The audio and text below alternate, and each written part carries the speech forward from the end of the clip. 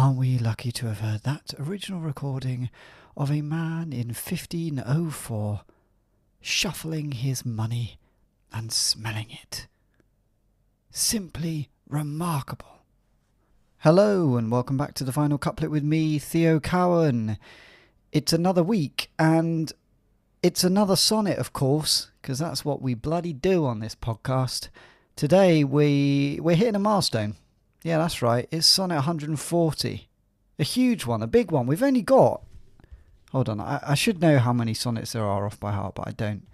So we've... Oh my God, we've only got 154. So we've got 14 sonnets left after this. We are really in the last 100 metres, let's say, if this was a marathon. Well, would it be... the maths isn't quite there on that one, but imagine that we're on the home straight. We're doing well. We've had a great run, and I just want to point out before I start this one, a friend of mine, Elliot, he's been listening, and he said, "Look, you call this woman the Dark Lady," and I realised that maybe I haven't actually mentioned why I call her the Dark Lady, but if you're not used to these sonnets, she is referred to by everyone, by sort of scholars and historians and people that are into Shakespeare, as the Dark Lady. That's just what everyone refers to her as.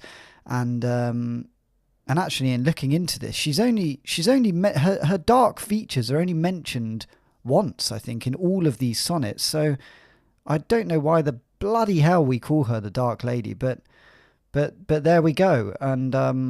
And it's not, I think I did touch on this in the previous sonnet, it's not necessarily referring to the woman's race, but rather her features. So, I mean, she might not have been white, we don't know.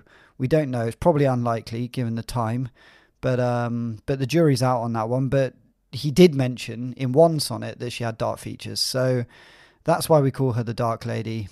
Hopefully that clears some stuff up. We probably should find a new name for her, really. Maybe we just call her a name. Maybe we just call her Mary or something like that. Anyway, thanks to Elliot for pointing that out. And also, if you've been thinking at home, you can thank Elliot as well.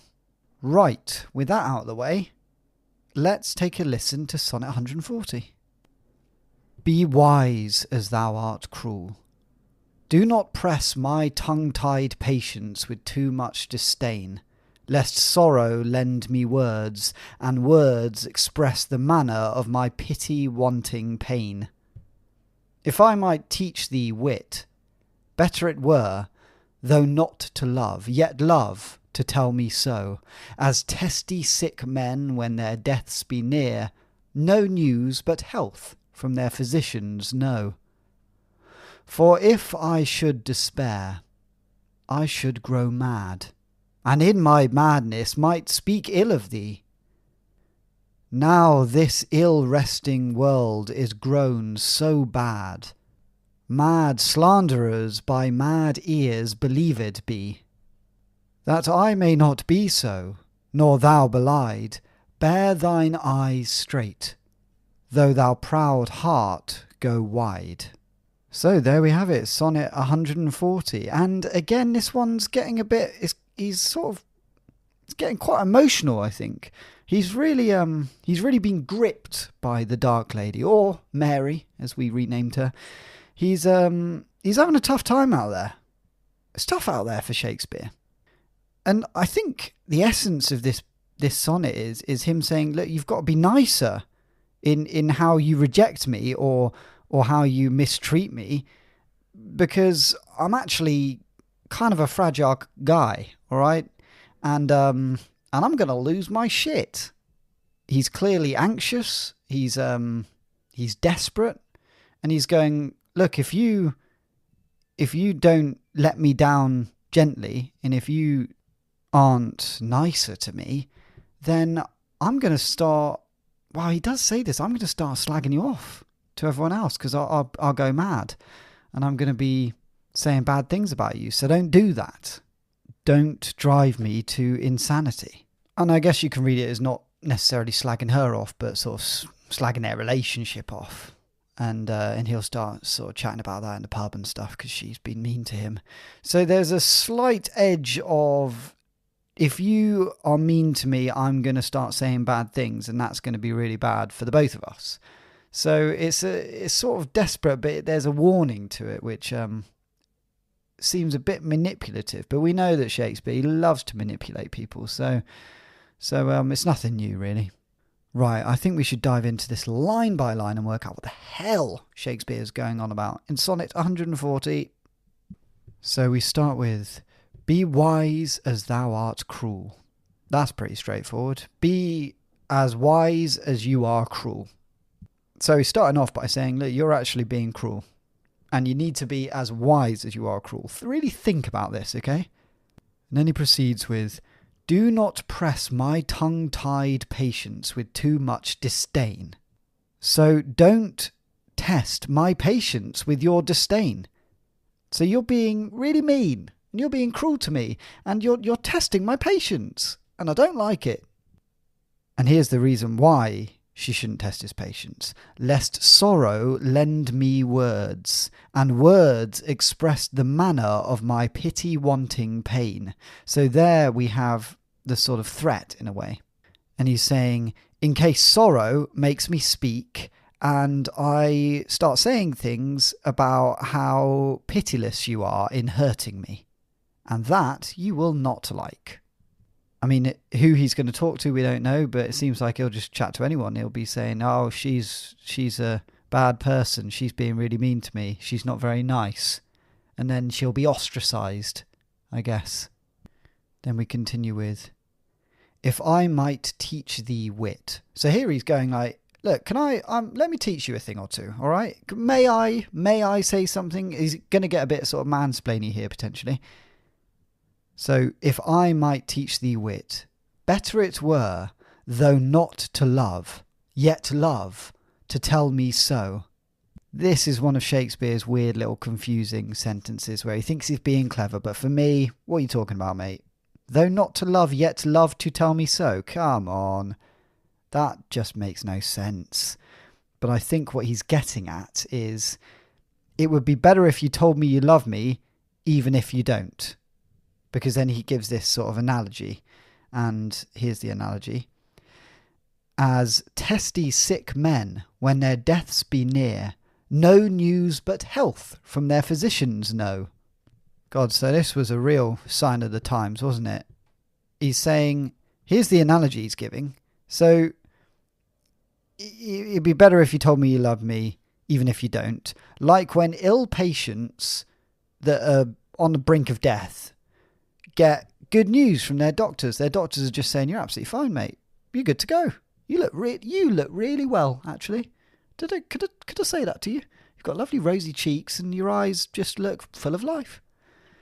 I mean, I don't think that's what doctors are doing now, is it? I bloody hope not. But it seems like back in the day, because so many people were just dropping dead, doctors were just going around and going, yeah, you look absolutely fine. And then a day later, they're dead.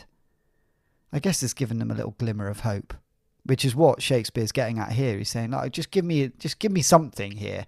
If I'm dying, I don't want to be told that I'm going to die tomorrow.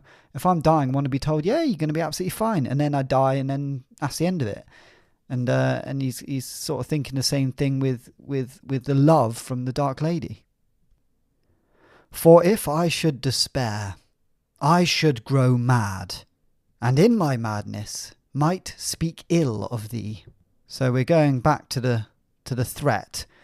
He's saying, because if I start to despair, I'll grow mad, and in my madness I might start talking shit about you. I might be saying some bad things about you, so watch out. He doesn't give examples, but I imagine knowing Shakespeare will be saying, she's ugly, she's old, sort of overweight, that sort of thing. Really horrible stuff. Now this ill-wresting world is grown so bad, mad slanderers by mad ears believed be. So now he's bringing this out to the world. He's saying this world has become so bad that mad people believe the lies that other mad people tell. It's crazy out there. So he's saying that if she pushes him too much, he'll become mad. He'll start saying mad things to other mad people and they'll believe it. So we're on to the final couplet, and this is Shakespeare's solution to the whole sonnet. He's saying, well, look, what can you do practically? Here it is. That I may not be so, nor thou belied, bear thine eyes straight, though thy proud heart go wide. Yeah, it's a good final couplet, that one. I do like this one. And he's saying, look, to stop me from going mad, which I've been talking about, and you being lied about by me, keep your eyes on the prize, aka me, all right? Keep your eyes on the straight and narrow. Here I am. Look at me. Tell me you love me. Even if your heart is sort of wandering off and wanting to be with other men. Please keep your eyes on me, for God's sake. It's a sort of quite desperate final couplet, that one. But he's made some threats in there, so it's not all desperate. It's quite malicious in a way. So there we have the line-by-line breakdown of Sonnet 140. And I think it's about time we put this to our bloody story, don't you reckon? And if you remember last week, Shakespeare did indeed sleep with the Dark Lady, for better or worse. And then the next morning, they've sort of gone for this nice walk. He's made her breakfast, and they're out, and they pop into the pub. And the Dark Lady, she on the walk to the pub, she's sort of eyeing up men. Shakespeare's not too happy about that.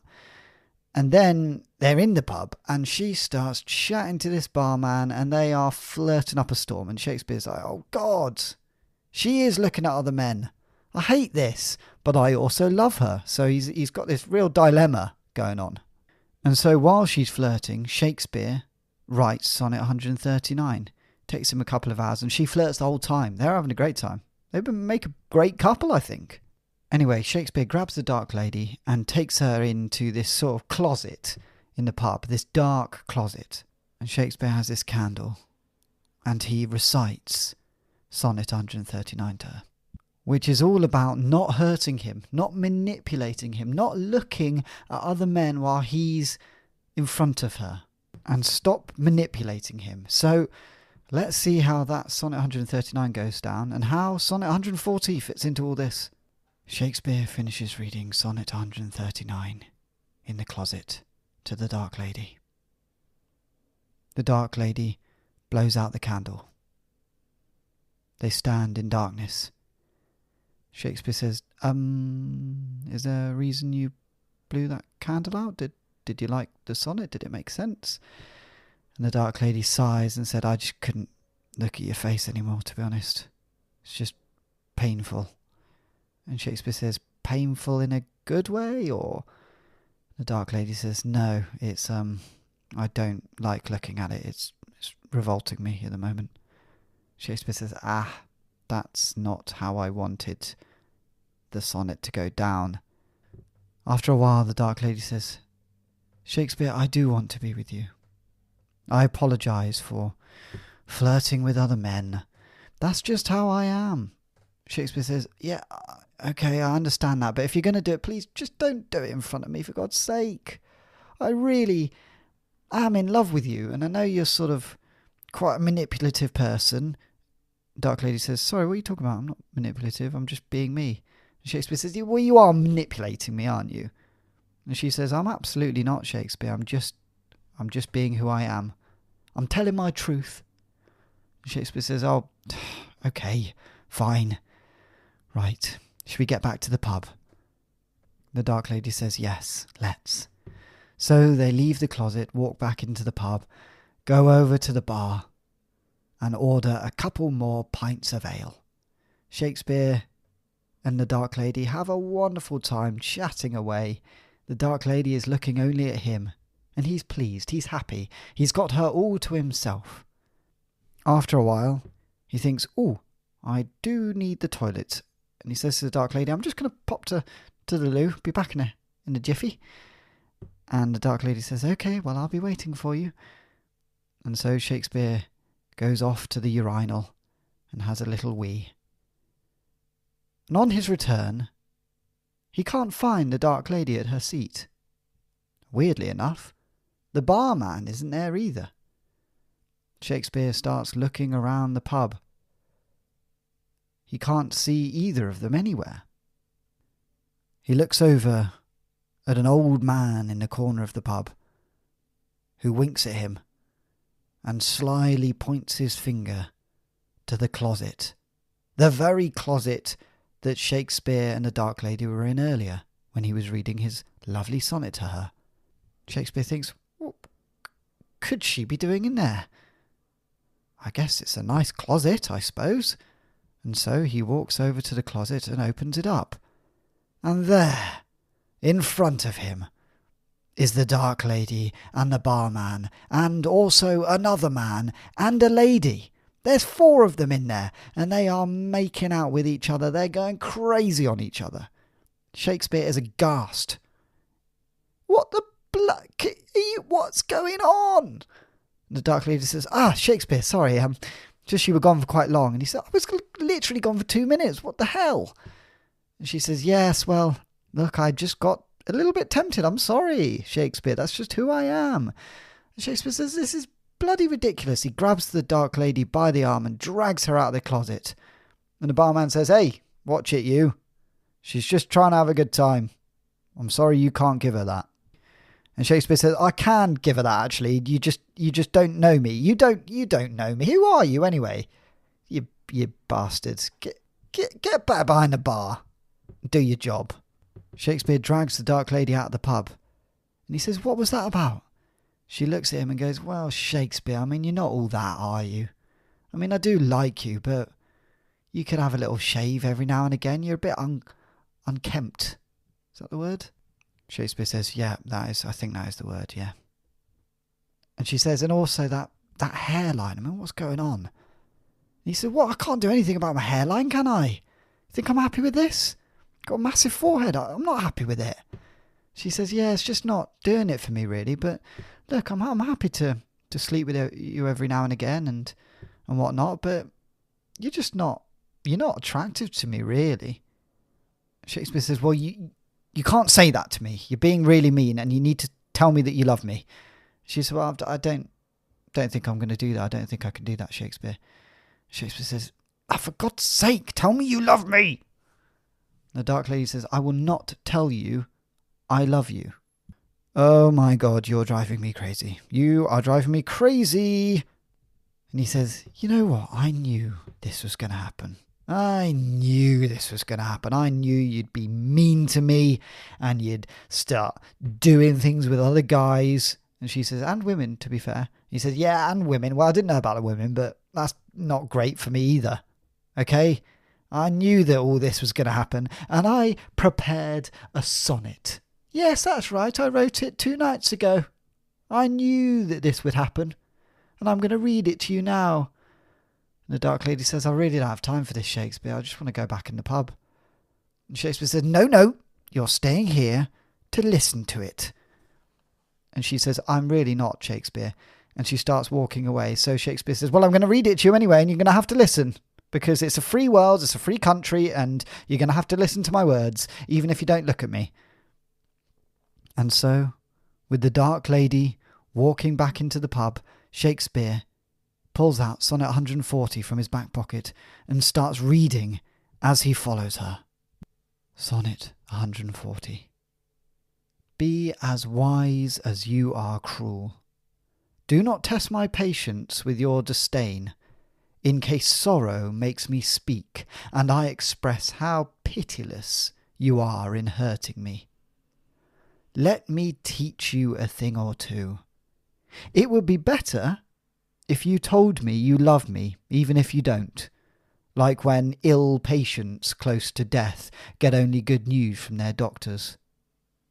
Because if I start to despair, I will grow mad, and in my madness, I might talk shit about you.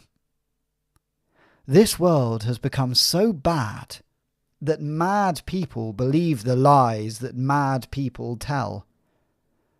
To stop me from going mad and you being lied about, keep your eyes on the prize, even if your heart is wandering off. So there we have it, Sonnet 140 and the story to go with it. I mean, this relationship is doomed.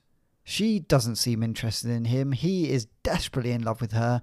That is not conducive of a good relationship. Give it a break, Shakespeare. Move on. I'm sorry, someone has to tell you.